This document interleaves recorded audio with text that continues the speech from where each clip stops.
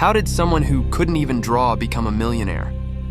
And then end up hated by almost everyone? I spent weeks researching this story, and what I discovered honestly shocked me. Let's start with something you probably don't see every day. A Rob Liefeld drawing with feet. Yes, he can draw feet. In fact, these drawings were done when he was just 19 years old. They were part of a portfolio he carried to WonderCon in 1987, hoping to impress someone from Marvel Comics. But unlike everyone else in line that day, this might have been his one and only shot.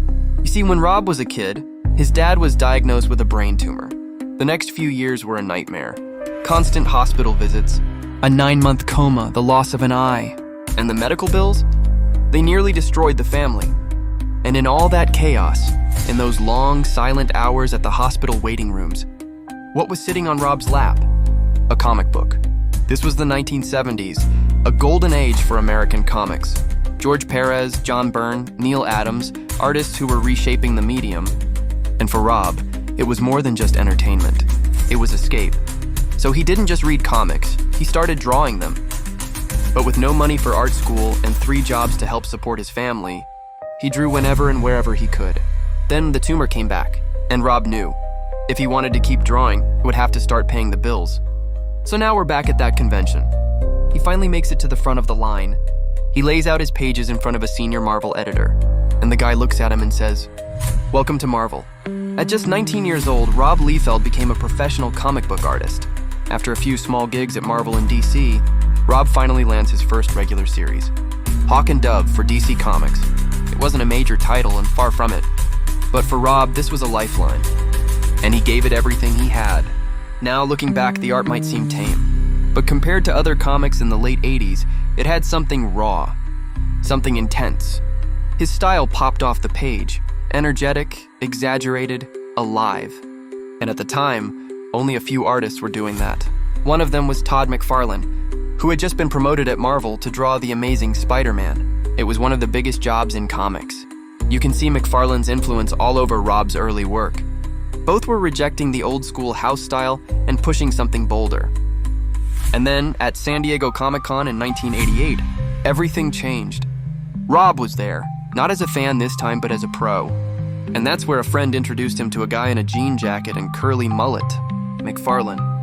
"You're Rob Liefeld. You do Hawk and Dove." McFarlane knew who he was.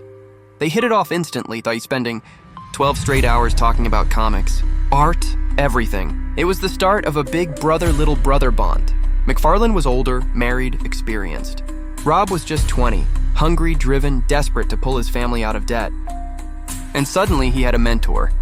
But Rob wanted to stand out on his own. And in issue number 5 of Hawk and Dove, he made a wild move. He turned the entire book sideways without asking permission. DC was furious. They demanded he redraw the issue, or be fired. Rob refused. Why? Because secretly, he was already in talks with Marvel. At Marvel, editor Bob Harras had just taken over the X-Men franchise. A few years earlier, he'd boosted sales on The Incredible Hulk by betting on a rising artist. That artist? Todd McFarlane. Now Harras wanted the next McFarlane. He saw Rob as that next breakout star. The title? New Mutants, a struggling X-Men spin-off. And just like with Hawk and Dove, Rob threw everything he had into it. He started designing new characters almost immediately. Characters that looked like nothing else on the shelves. Were the proportions weird? Sure. Were the shoulder pads huge? Absolutely. But back then, most superheroes were clean-cut guys in tights. Rob's designs were different. They were edgy. They stood out. And more than that, he was fast. He was intense. He was ambitious. He was also still best friends with McFarlane. They were constantly talking on the phone, hyping each other up, trying to one-up each other on every page. And while McFarlane co-created Venom, most of his run was about reinventing old characters. Rob, he was cranking out new icons. Deadpool, Domino, Shatterstar, Cable. Every issue was chaos, but readers loved it. And then McFarlane launched his own Spider-Man series, and it became the best-selling comic of all time. Rob wanted that too. So he demanded Marvel give him his own number 1. Marvel agreed.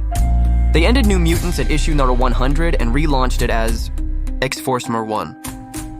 X-Force number 1 hit the stands, and it broke records. It outsold McFarlane's Spider-Man and became the best-selling comic ever. At just 23 years old, Rob Liefeld had gone from drawing in hospital waiting rooms to becoming the biggest artist in comics. He was on TV and commercials, treated like a rock star, but it still wasn't enough. In the middle of his run on X-Force, Rob teased a mysterious new comic. The Executioners was from Rob Liefeld. Marvel was livid. They threatened to sue, so Rob did something even crazier. He quit. And not alone. Alongside McFarlane, Jim Lee, and other top artists, Rob co-founded Image Comics. It was a revolution. No more corporate oversight. No more editors telling them what to do. Their motto? Creators own their work. Rob launched his new series, Youngblood, and it sold over 1 million copies. The best-selling indie comic of all time. He had done it.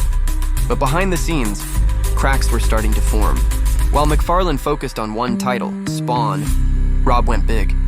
Too big. He hired 60-plus employees, launched 22 comics a month, built a creative empire. But the books stopped shipping on time. Deadlines were missed, fans were frustrated, and McFarlane, he was furious. He called Rob the scolder-in-chief of Image Comics. Tension exploded. Then Marvel made an offer, $3 million to come back and draw Captain America. McFarlane said no. Rob said yes. It was seen as a betrayal, a slap in the face to Image's mission. Soon after, Rob was forced out of Image Comics, and things only got worse. His Captain America run was mocked. One panel in particular became the stuff of meme legend. His reputation tanked. Online, he became the butt of every joke. People said he couldn't draw, copied other artists, never delivered on promises. And worst of all, his friendship with McFarlane was shattered. While McFarlane built a toy empire, Rob just kept drawing. Why? Not for the money. Not for fame. Most new issues only brought more hate. So why? Because Rob Liefeld loves comics. He always has. That's the real secret. More than technique. More than polish. It was passion, a pure, obsessive passion, that made him a superstar. Yes, that same passion blinded him, made him reckless, ruined friendships and burned bridges. But over time, something changed. He softened. He matured. He started laughing at the jokes, started reconnecting with old friends, and most importantly, he never stopped doing what he loved most, making comics. So what do you call someone who couldn't draw feet, but still changed the comic book industry forever? A joke? A genius? Or maybe both? Rob Liefeld's story is a wild reminder. You don't need to be perfect. You just need to be obsessed. Oh, sir. If you enjoyed this story, don't forget to like, share, and subscribe, because we're just getting started.